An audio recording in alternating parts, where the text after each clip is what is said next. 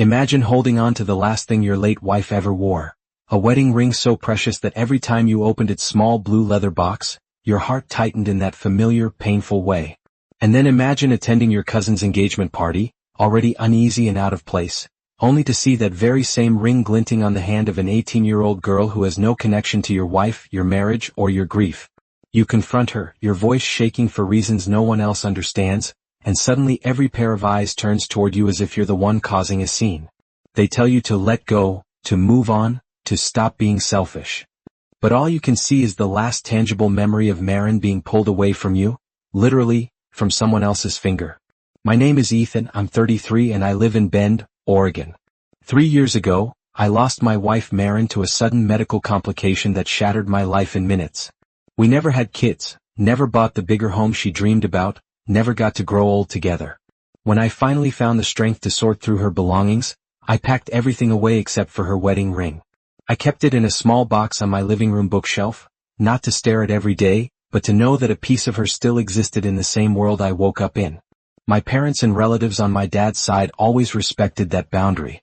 But my mom's side of the family, louder, dramatic, competitive, never truly understood the weight of grief, and at the center of their chaos was my cousin Tessa. 2 years older than me, always needing attention, always treating family events like her personal stage. She had a daughter, Ruby, just 18, rushing into a marriage that everyone except Tessa felt was happening too quickly. I didn't want to go to Ruby's engagement party, but my mom insisted. So I forced myself to show up. The backyard was beautiful, string lights draped between trees, soft acoustic music, the smell of grilled food drifting through the chilly Oregon air. For a while, I managed to blend in, staying near the edge of conversations. Then Ruby stepped forward to show off her engagement ring to her friends, and when my eyes dropped to her left hand, my heart seemed to stop. Maren's wedding ring. The one piece of her I kept. The one thing I swore would never be touched by anyone else. I don't even remember walking toward Ruby, all I remember is hearing my own voice, low and unsteady. "Ruby, where did you get that ring?" Ruby blinked at me, confused. "Oh, Mom said it was great-grandma's. Isn't it pretty?" I turned to Tessa, who stood a few feet away in a dark blue dress, arms crossed, eyes sharp with a kind of defiance that felt rehearsed. There wasn't a trace of guilt on her face. "Ethan," she said calmly, "don't make this dramatic. You weren't using it. Ruby deserves something meaningful for her wedding." My mother's face went pale with anger, but Tessa kept going, insisting I should move on, insisting the ring meant more on Ruby, insisting I was being selfish for wanting it back. Ruby looked terrified. Tessa looked triumphant. And I, realizing the ring had been taken from my home without me even noticing, felt something colder than grief settling in my chest. I warned her that if she didn't return it, I would call the police. The entire yard froze. Ruby cried. Tessa hissed that I was starting a war. And as I walked out of the backyard under the warm lights and humming music, I knew one thing with absolute clarity. This wasn't ending tonight. It was just beginning. I left that engagement party feeling like my whole body was vibrating, part rage, part shock, part heartbreak. The music behind me faded until it was just a dull ringing in my ears as I drove back to Bend in silence. My jaw was clenched so tightly my teeth hurt. When I got home, I turned on every light in the house as if the darkness itself might swallow me. I walked straight to the bookshelf, opened the blue leather box, and stared at the empty velvet slot where Maren's wedding ring should have been. I sank to the floor, breathing hard, forcing myself to replay every moment from the day Tessa stopped by. My mom had asked me to open the door for her while she was outside watering plants. I let Tessa in, said hello, then went to the kitchen to rinse out a bottle. 30 seconds where my back was turned, that was all she needed.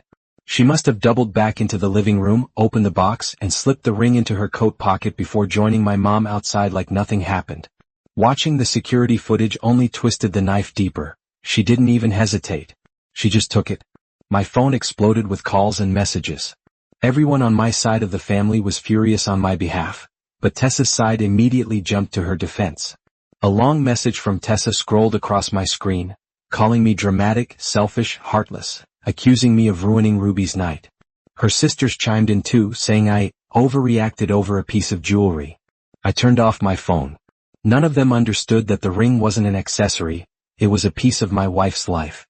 I didn't sleep that night. In the morning, my mom showed up unannounced, eyes full of worry but also anger. When I told her how Tessa got the ring, my mom's face stiffened. Ethan, that's theft, she said firmly. If you decide to file a report, I'm behind you. Her support steadied me more than anything else had since the party.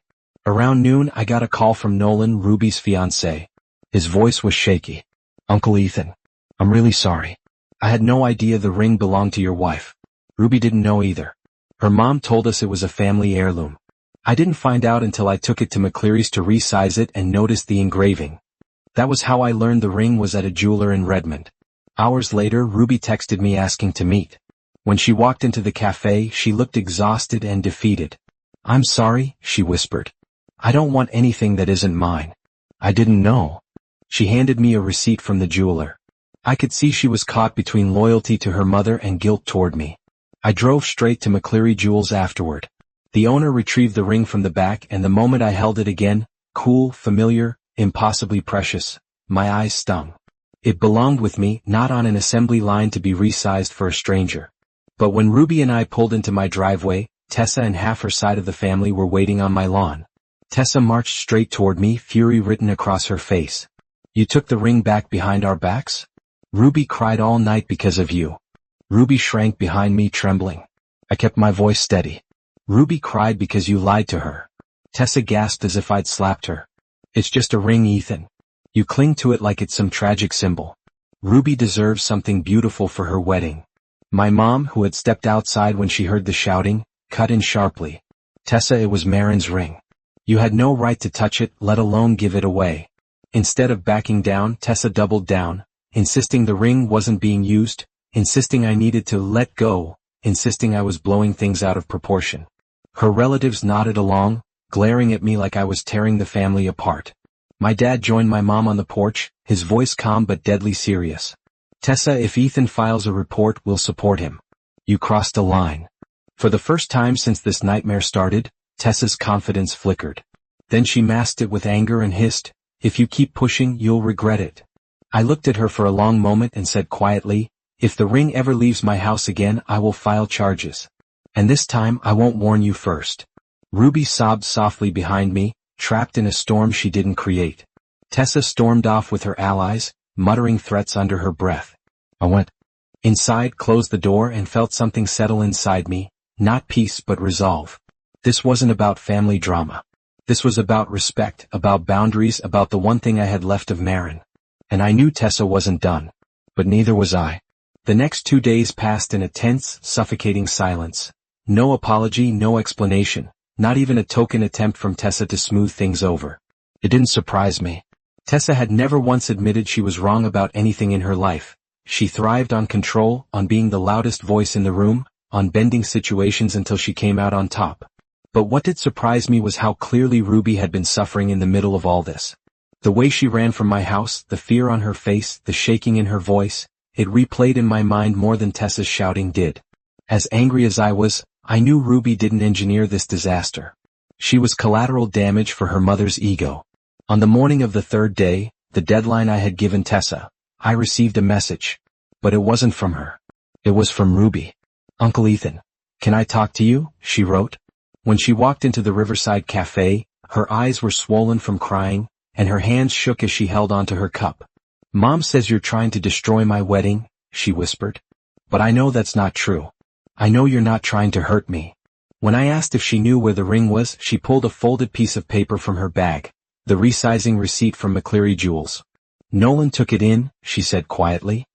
He didn't know either. She looked terrified, ashamed, exhausted.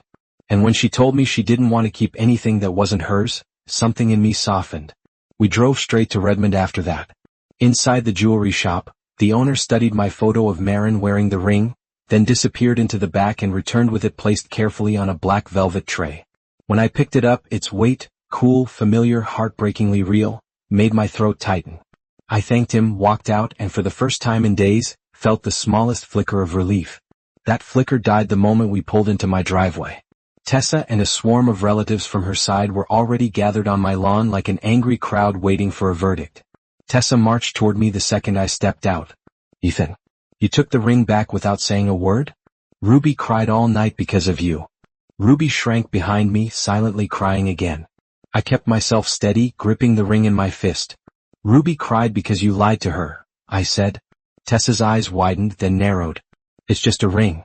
You've held onto it for 3 years like some tragic trophy. Ruby deserves something beautiful.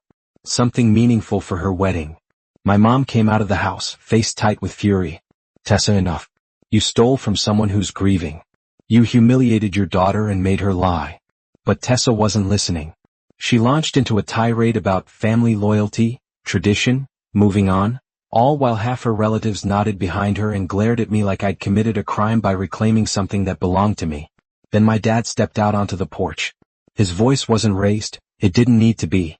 Tessa, he said slowly, if Ethan reports this, we will stand with him. What you did was wrong. That was the first time I saw genuine fear flicker in her expression, but she buried it instantly beneath anger. If you push this any further, she spat, you'll regret it, Ethan. I looked straight at her and replied, if the ring leaves my house again even for a second, I will file charges. And trust me, I won't give you another chance. The yard fell silent except for Ruby's quiet sobs. Tessa stormed away with her supporters, firing off threats and accusations until she reached her car. I closed my front door and leaned against it, feeling something shift inside me. Not victory. Not satisfaction. But a solid, unshakable resolve. This wasn't about a ring. This was about respect. About boundaries. About protecting the memory of the woman I loved. And for the first time since Marin died, I felt certain about what needed to come next. In the days that followed the confrontation on my lawn, the silence from Tessa's side of the family grew heavier, almost hostile in its weight. My own relatives called constantly, checking on me, reassuring me that I had done nothing wrong, but even with their support there was an uncomfortable tension hanging in the air. I buried myself in extra shifts at the Bend airport just to stay busy. But every evening when I opened the drawer where the blue ring box sat, a familiar spike of anxiety hit me. The ring was back, safely in my possession, but the fractures in the family felt deeper than they had ever been. Grief had already carved one wound into my life, now Tessa had carved another. One afternoon my mom showed up without warning. She sat at my kitchen table and asked, gently but firmly, Ethan, are you really going to file the report? I nodded. If I don't, she'll think she can do this again. She'll think she can take anything she wants and get away with it. And Marin deserves more respect than that. My mom didn't try to talk me out of it. She didn't ask me to keep the peace, or think of the family. She simply placed her hand over mine and said, I understand. And I support you. That quiet, unwavering support was exactly what I needed. So on Sunday I walked into the Bend police station carrying a folder. The security footage showing Tessa taking the ring, photos of the empty box, the jeweler's resizing receipt and the timeline of events. The officer on duty listened carefully, asked clarifying questions, and handed me the report to sign. My hand trembled only because I knew this would change things permanently, there would be no undoing it. When it was done the officer said, we'll contact the involved party. And that was that. Tessa called me that night, her voice a frantic mix of anger, disbelief and desperation. Ethan, what did you do? Did you seriously file a report? Are you trying to ruin my life? I responded calmly, I gave you 3 days, Tessa. She accused me of attacking her family, destroying Ruby's wedding, humiliating her, betraying her. Then as her tactics shifted, her voice cracked, breaking into tears. I just wanted Ruby to have something special. I didn't think it would turn into this. I cut in before she could twist the narrative again. You didn't think, I said. You took something from a dead woman and gave it away. That's what happened. I hung up before she could throw more blame my way. The next week, a formal written warning from law enforcement was issued to her. A minor consequence, yes, but an official one, something that could no longer be rewritten as a misunderstanding or an exaggeration. Predictably, her relatives erupted. They called me cold, unforgiving, dramatic. But their anger no longer shook me. Their noise no longer mattered. With everything happening, I installed a small safe in my home office. When it arrived, I placed the blue ring box inside, closed the door, and turned the dial until it clicked into place. That subtle metallic sound felt like a boundary finally being reinforced. One that had been ignored for far too long. The family may never fully heal from this split. Some relationships may never recover. Some people may never forgive me, and honestly, I don't think I can forgive some of them either. But when I look at Marin's ring sitting safely where it belongs, away from anyone who might try to take advantage of my grief again, I know I made the only choice I could. The choice that honored Marin, protected my memories, and defended the one thing I had left of a life that was taken too soon. So, Am I the asshole for making my cousin face legal consequences over my late wife's wedding ring?